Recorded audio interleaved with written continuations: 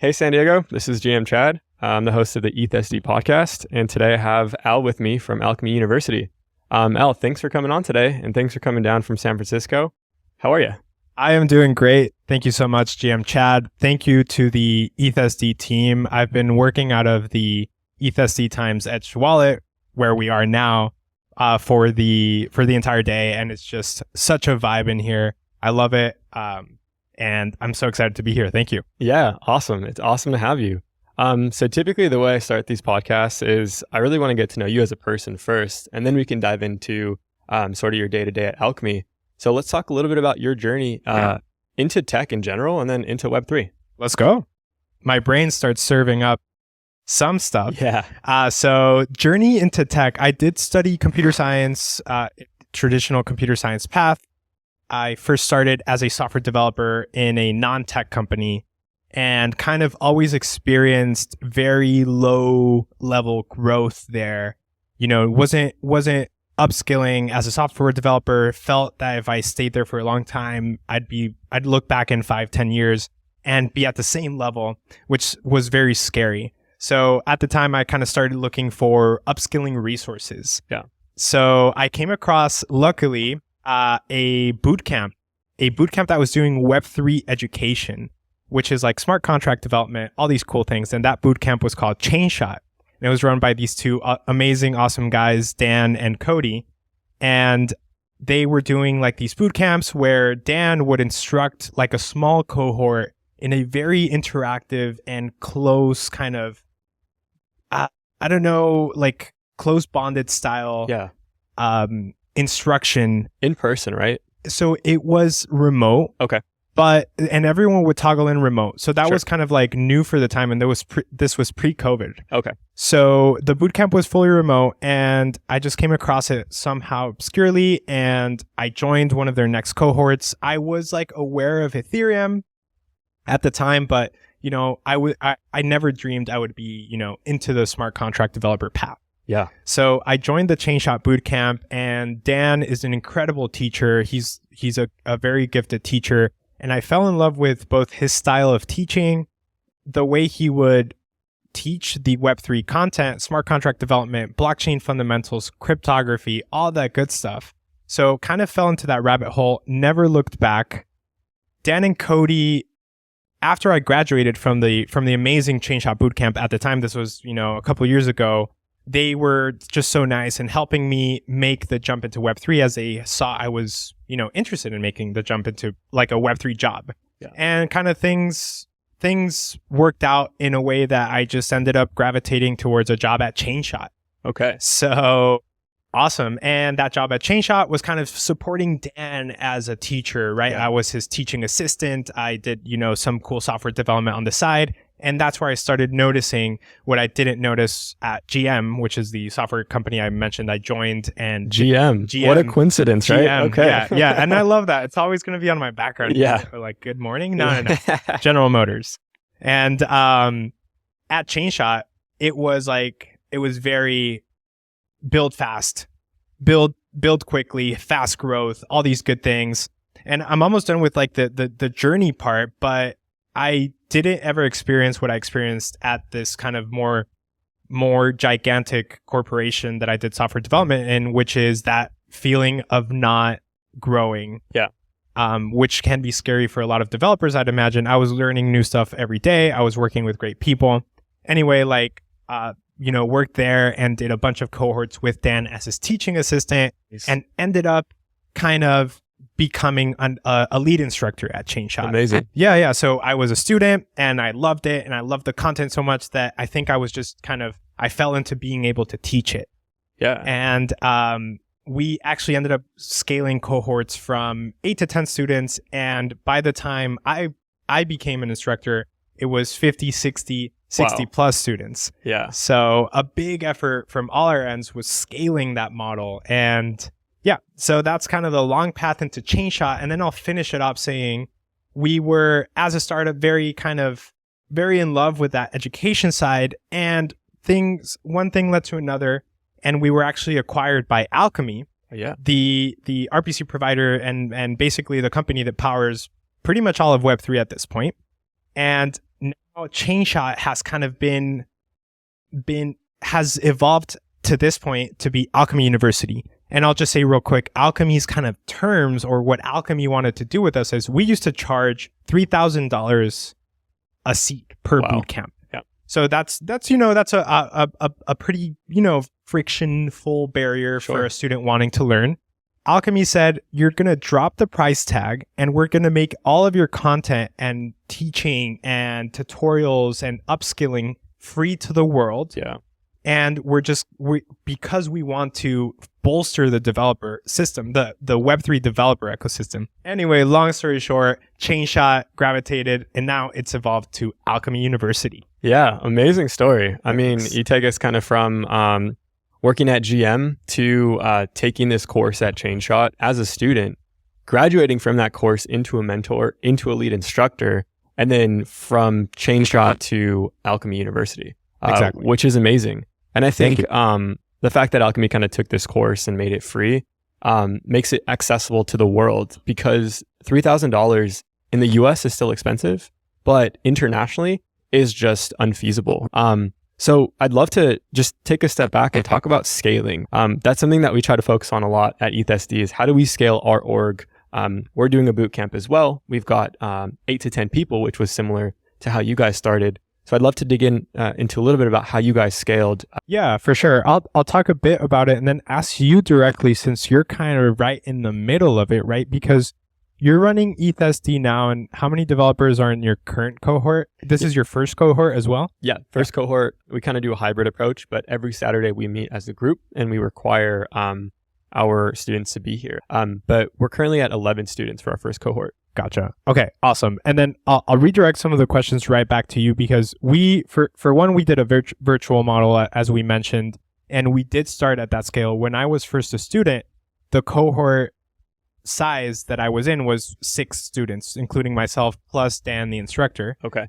And that was like tiny. And, there's a lot of considerations into that from the other end when you're scaling it and you're saying, okay, we have a cohort of 6 students, and how do we scale this to be a cohort of 20, 30, 40 students? Sure. So probably like number one is putting like the customer at the sole center of this focus, right? Like, it's customer driven scaling, if that's like a thing. Yep. Because obviously, like, we could have sold 100 seats and it would have just, we used to do them on Discord, and it would just kind of be live, and the instructor would kind of guide the whole class. It was 3 hours long. So, and a little more breaking down into the model, we used to do 4 days a week, 3 hours a day for 10 weeks straight. Okay. That was the boot camp.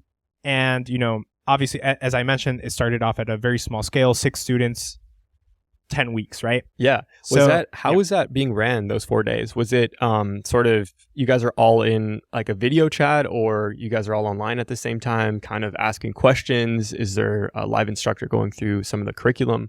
Yeah, for sure. So we would do Discord, and the typical structure that we do is, before kind of scaling to a higher model, we would just do like fully instructor led 3 hours. Okay. Right? The instructor was like very demanded upon as like a service provider, as part of the product. Sure. The product being an educational, service that taught you how to do Web3. So that was something that pre-scaling was like a big demand on the instructor. He kind of had to be there 3 hours, leading everything.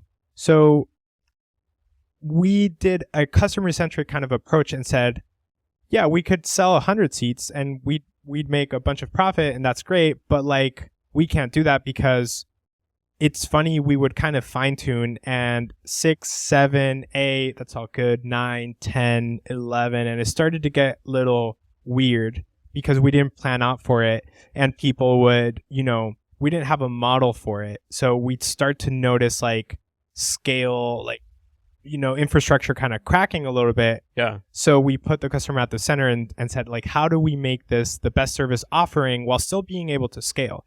So we kind of like took 5 steps back and analyzed all our educational kind of activities, coding tutorials, everything, and said, okay, right now 6 to 7 people are going through them successfully. Yeah. Let's let's analyze and kind of restructure this product so that 50 to 60 people can go through it successfully. And long story short, we ended up implementing this system called pods. Okay. Which pods, you mentioned them today. Yeah, I'm a fan of pods. Yeah. you mentioned them today as a possible scaling solution for ETH SD, which I loved. So pods, what it did is, number one, it placed less demand on the instructor infrastructure side.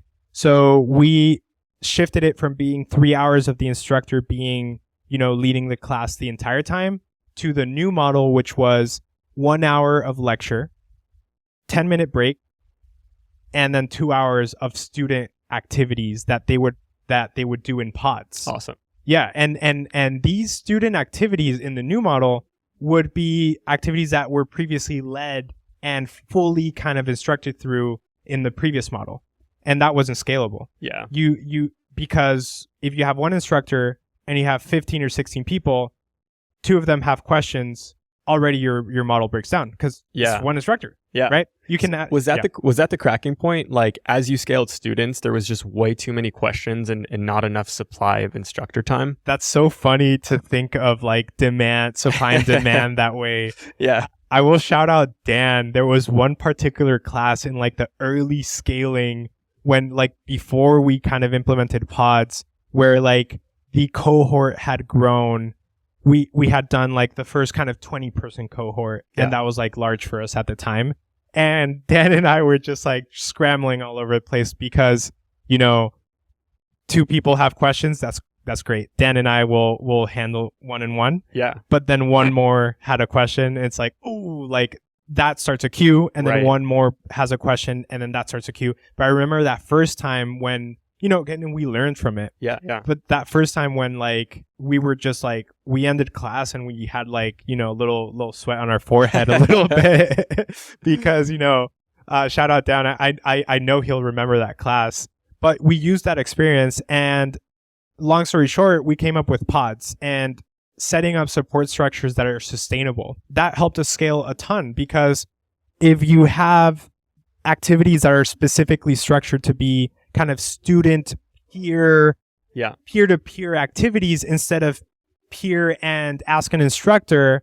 And most of the time, like, the ask an instructor sounds obviously like kind of the go-to, but that was also, again, like that led to bad customer experience because, again, there's typically less instructors than students, so you'll have to wait.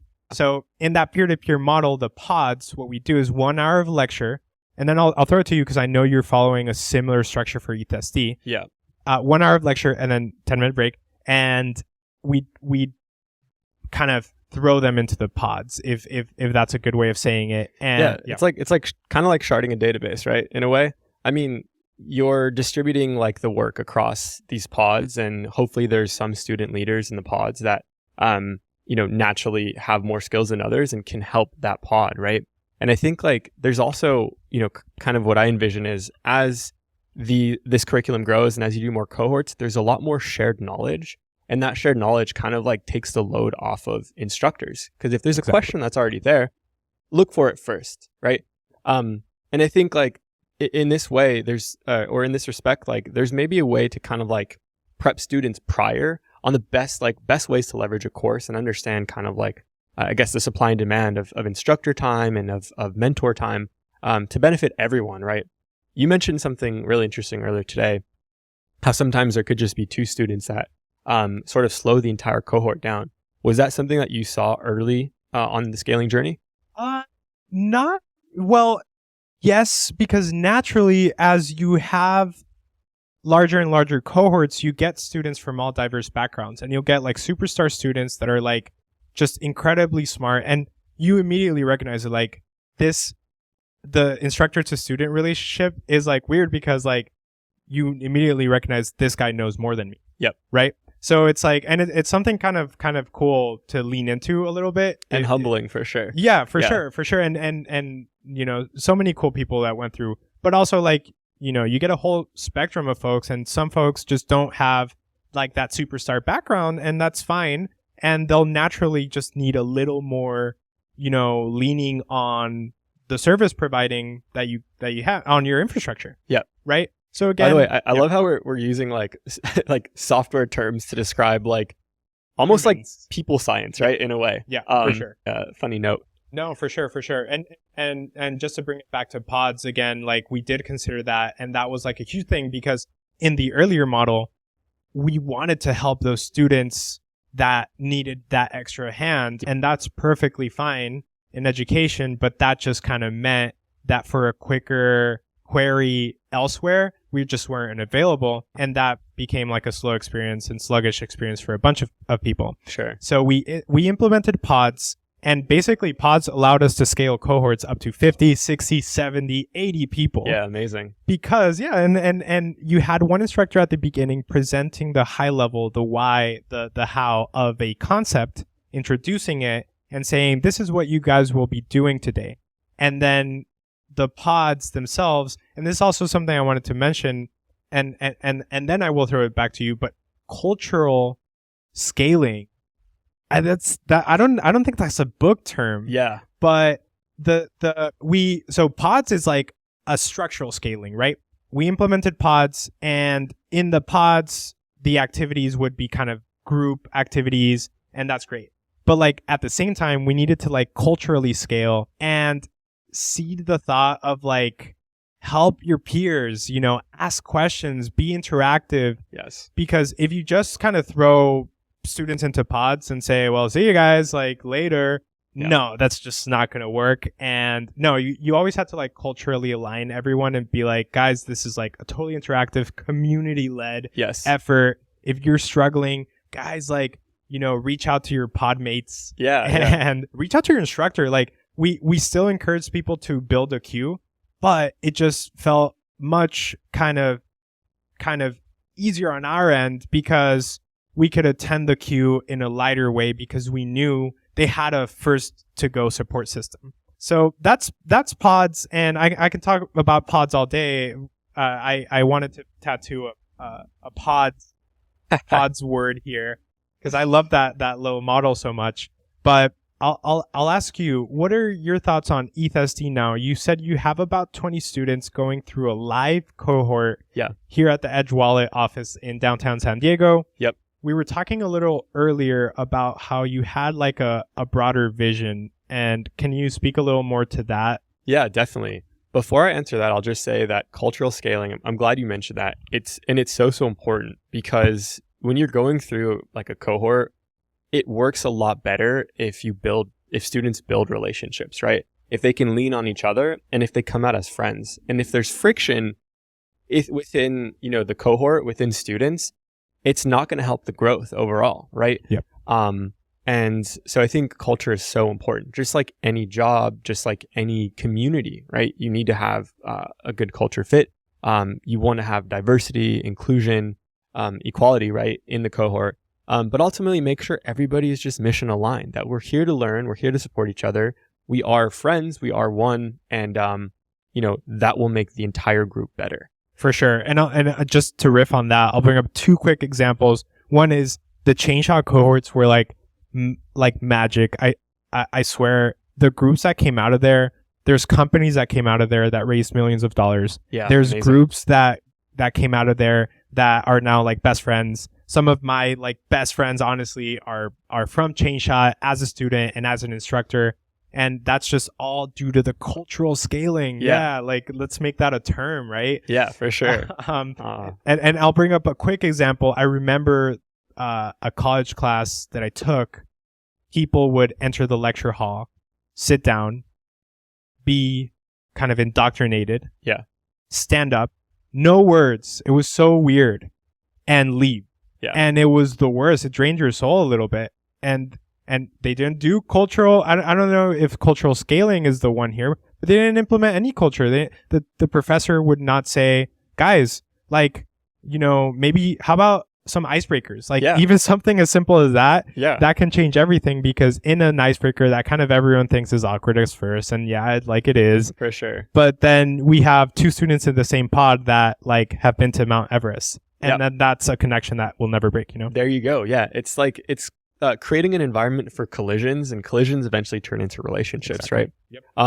And like, I remember at university, like I found it really hard to make friends. And it's because, especially in engineering classes, they don't teach you people science. They don't teach you how to make friends, how to break the ice, right? How to, put yourself in a position to be approachable, right? Which is so important. And furthermore, critical part of performing in any career, right? Or having a healthy relationship is communication. The ability to communicate is so important, and it's never taught. And that's kind of something that we really strive for here is, get everyone to communicate as much as possible. Ask questions. Don't be afraid. Like, yeah, there are no stupid questions, right? It's a cliche thing to say, but it's really true, especially when you're learning.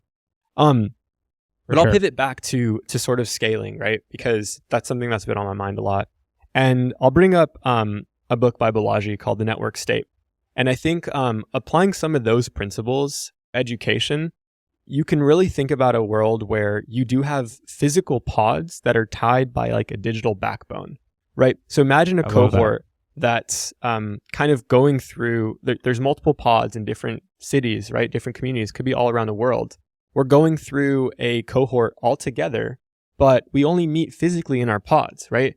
Because, it's hard to travel. It's really hard to get a lot of people together in one space, but you can tie different communities, different physical locations through a digital backbone, whether that's a Discord channel or Zoom or whatever the medium is. So you feel like you're going through a cohort with a lot more people. You've got that sort of digital layer, but you still have your core community. So you're benefiting from, that physical piece. And that's something that I've thought a lot about on how to scale, this bootcamp out to multiple communities nationally and who knows, maybe even globally. So those are some exciting things. One step at a time. We're still on our first one. We've learned a ton. And super grateful to have such a nice curriculum. I guess such like a all-encompassing curriculum, right?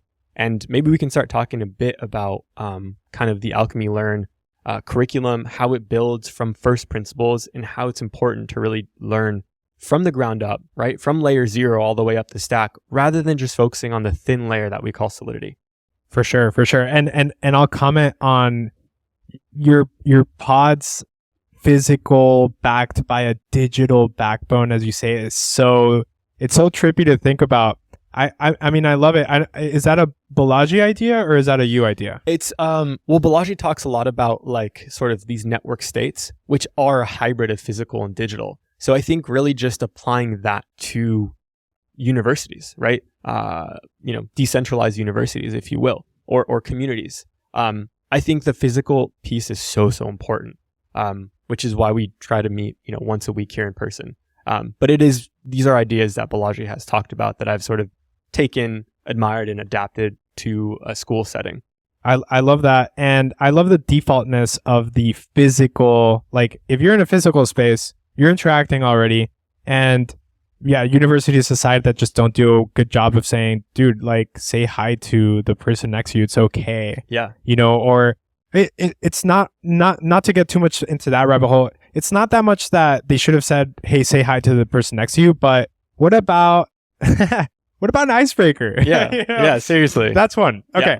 But there's one thing I'll say real quick to this. Like whenever I meet someone, the first thing I think about if like I can be friends with them is like, can we go out and have a beer and chat?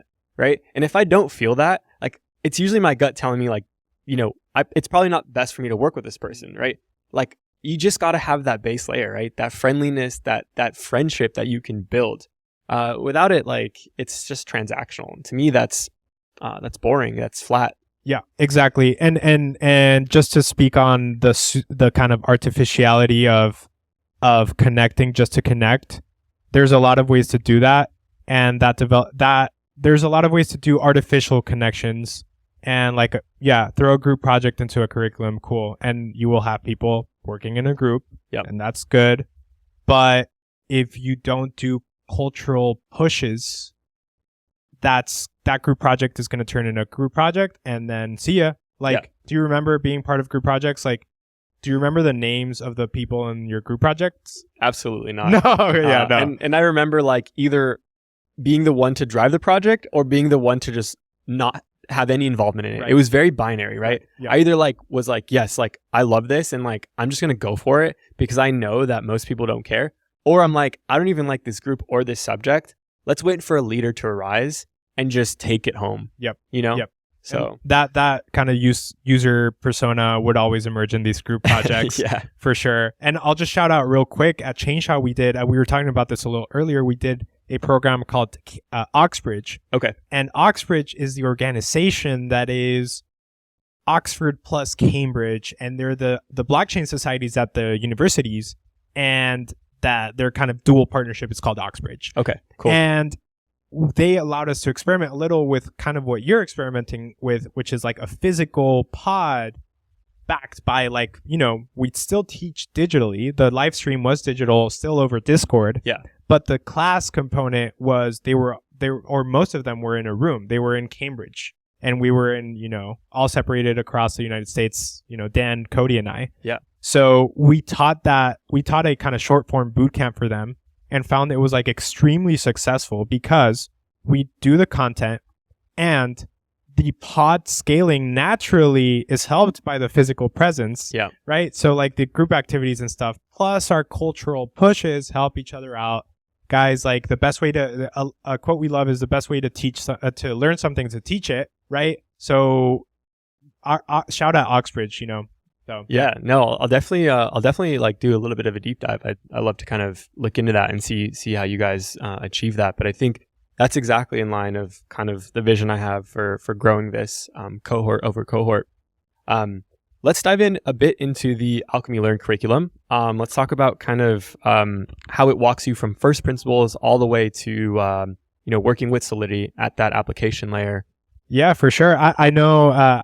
It's just exciting to see a lot of the folks here. So you guys are in week 3, right? We're week 3 going into week 4 this Saturday. Wow. Okay. So amazing. And I'm so excited for, and just real quick, how are you guys doing you guys do weekly instructor-led sessions. Yes. And then you kind of push the rest of the content, activities, coding challenges, tutorials, blah, blah, blah, as an asynchronous do it yourself during the week here at the Edge Wallet office with your peers. So can you talk a little about that? Yeah, absolutely.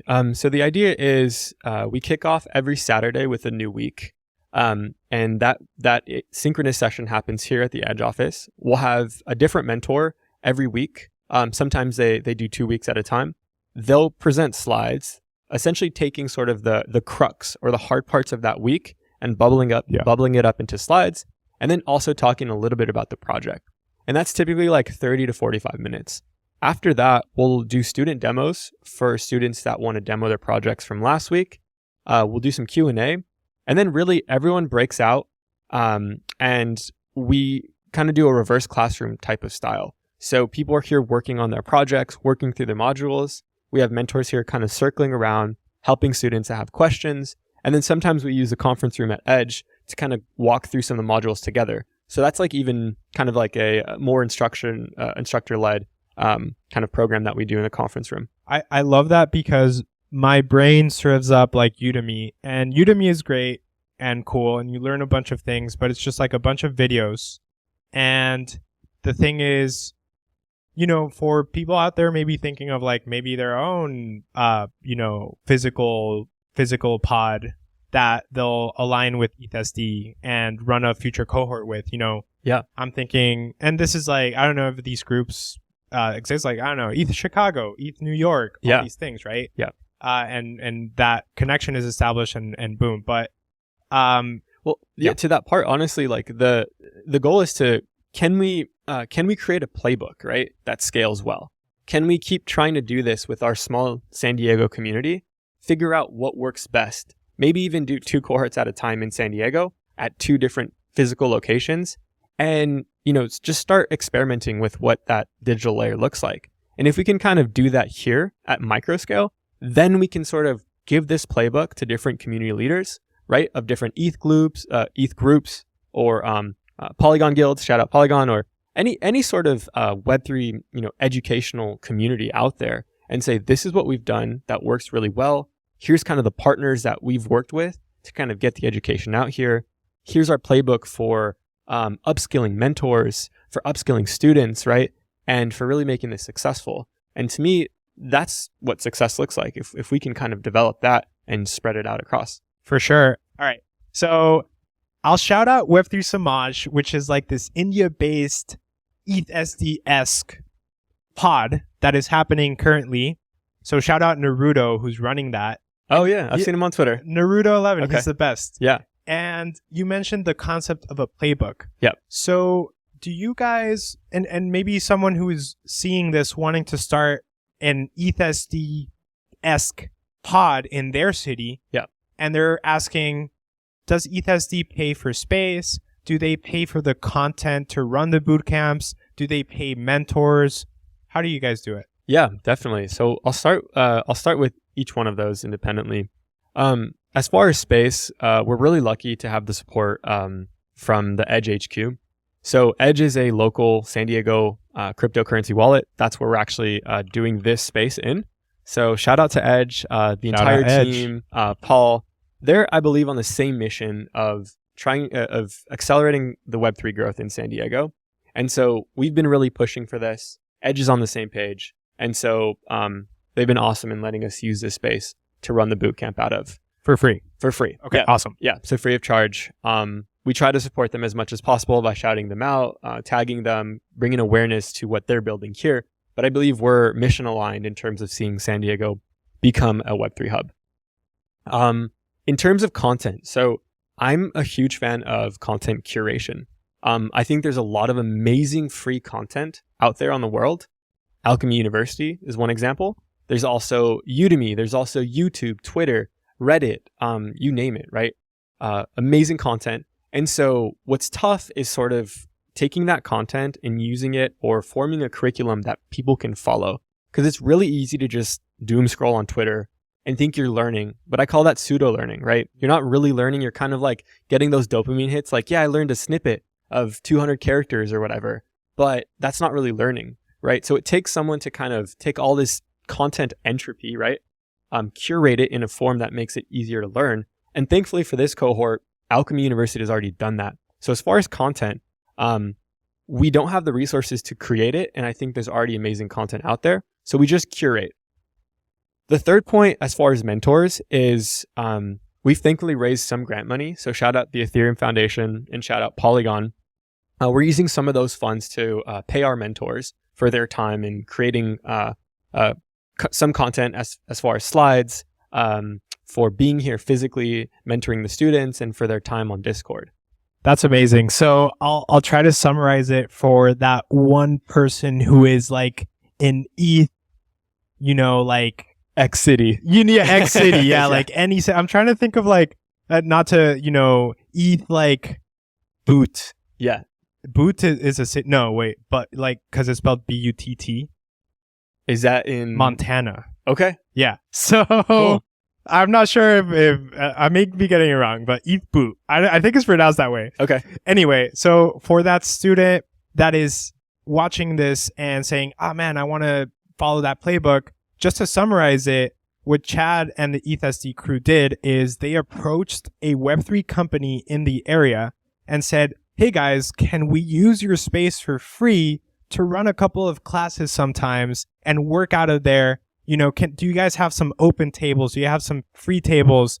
And, you secured that for free, which is awesome, by the help of Edge wallet, which is amazing. Big shout out. Big shout out. And then you secured that. You secured space, physical space for local groups and local people to gather and learn and interact. So awesome, right? And then number 2 is instead of creating your own content, which would have, as an organization, you would have to start from zero. And that's like a whole curve that you skipped because Alchemy University exists and the content is free. Yep. And the content has been stress tested by thousands of students prior. So you guys secured the core content of your bootcamp model for free. Yep.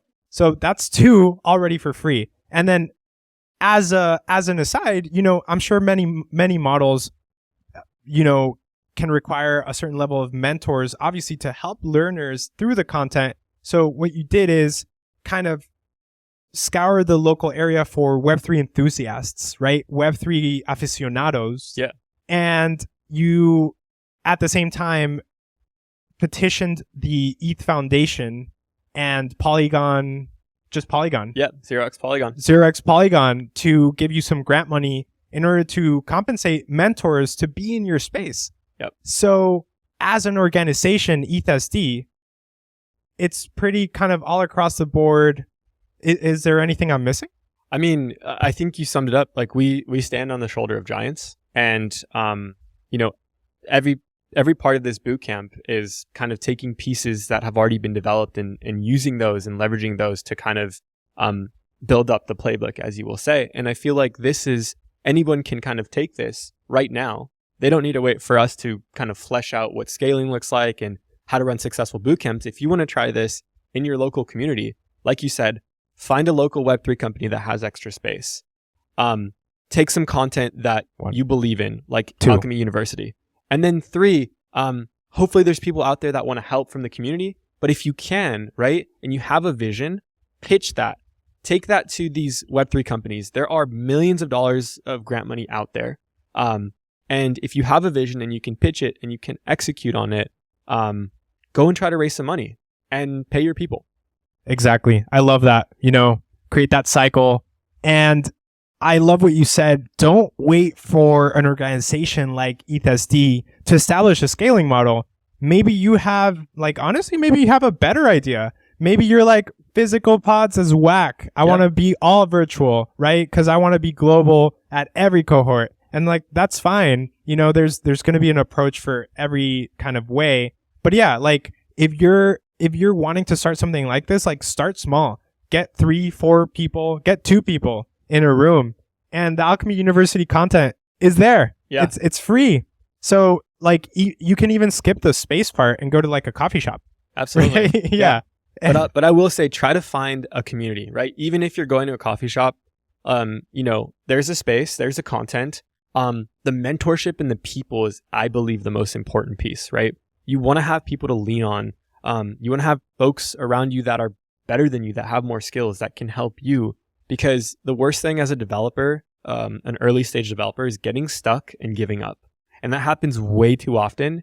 And we see the success rate of a lot of these boot camps. They're not great, right?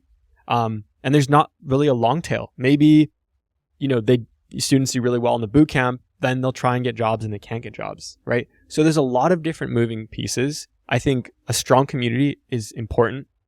Strong people skills is important. And I think every bootcamp should teach that some way, shape, or form, right? Have students walk through their projects live, or provide a Loom video if you're doing this all digitally, but force them to try to communicate, because that's a very important skill. For sure. You made me think of a No Man Left Behind model. And that applies to the people, sometimes to the mentors out there, you will inevitably spend, it just will happen. You will spend hours debugging with one person. And that's just a part of the ritual of becoming that superstar mentor. You have to go through that and exercise patience enough. You will spend hours on a bug. Yeah. And it's going to be caused by a simple thing by not including a semicolon. And we were talking about this. We were talking about this with one of your mentors, Claude, earlier. As a mentor, shout out Claude, and shout out the mentors, the folks that are seeing this and going, yeah, I could be a mentor. I know JavaScript, I know Solidity. I'd love to learn by teaching and become a superstar. And we were talking about the efficiency of mentors to help debug, and that's great. And some are really good at that. But also, how did they make you feel during that experience? That's that's another cultural thing, right? Absolutely. That's if you're asking me for help, am I gonna dumb you down a little bit? That sucks, and that drains both of our souls. No, there's no, and I'm sure no one does it. I'm not saying anyone does it on purpose, but people skills are important, right? And so important. It's so important. You have to be patient and just sit down with that student, and that student that just took up 4 hours of your time on a simple bug, that's a cultural kind of handoff that you're doing, and they will develop their skills. Just remember when you started, man, everyone was a runt at one point, and that student will help another student, and that's a whole cycle that is created. So like it's a pay it back cycle, right? Exactly. Make sure they come out of there feeling like empowered. Pay it forward. Pay it forward. Make sure they come out of there feeling empowered and not, they'll feel exhausted. Yeah. That's natural, but empower them, like you got this. Yeah. Like, you ever play on a sports team and they're like, dude, like, I don't know. I'm not even sure of an example, but like, who pumps up a sports team by like not being like, you got this, bro? Like cheerleaders, right? Yeah, so like, exactly. That's funny. Like I a lot of people ask like what my role is during this boot camp, right? Because we've got mentors, right? We've got students, we've got the curriculum. I literally call myself a cheerleader, right? Like I'm here to cheer everybody on, from the mentors to the students, like making sure they have all the resources they need from both sides to succeed. And that's like, I think the most important thing I can potentially do, right? But everybody needs a cheerleader, right? Like the mentors are cheerleaders to the students. Other mentors are cheerleaders to other mentors, right? And that goes both ways. And hopefully I can be a cheerleader to everyone in this community. For sure. I love that. Yeah. Awesome, Al. So I want to ask a couple more questions and, we can wrap it up after that. We're not done yet, guys. I want to ask you, this has been awesome. Yeah. This has been a lot of fun. This has been the first free form, sort of podcast that I've done. So let's do it. Let's go. But so what are next steps for Alchemy University? How are you guys growing? What's on the horizon? What can you share? Great question. So we're still in early access, and we did that purposefully because we're still iterating on the product, and we're still like scaling, which is hilarious. Yeah. The product is now fully scaled, like to the point where like, it's not fully scaled. So no product I think is ever fully scaled because right now we have, thousands of students, over 30,000 students going through Alchemy University, and it's still in early access. But, it's not fully scaled because if we get 3 million people in there, it's just going to break the Discord, and like we're still laying the foundations for further growth. So, and that includes the activities, things as simple as like, spell checks on activities. Yeah. Like that's an element of scaling. It's a 1% element, and it's not going to affect your scale, when you hit critical mass or whatever.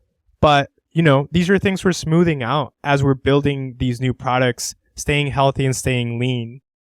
So what's next for Alchemy University is we'll do away with early access. Right now, you can only get in if you have the early access NFT, right? And make it public. But we're kind of like wanting to do that once the product we feel is fully ready for public launch, which doesn't mean it's going to be perfect. It's just going to be like better iterated upon with the feedback that we got from early access. Yeah. And once we hit public launch, we're going to get thousands more users because it's going to be public. It's going to be like anyone on the internet will be able to access these. Anyone in any city in the world will be able to build out these pods with no friction, right? Right now, you kind of have to access, have the early access NFT. Yeah. And if you're watching this and you have it, reach out to us and you have the early access NFT. Let's go.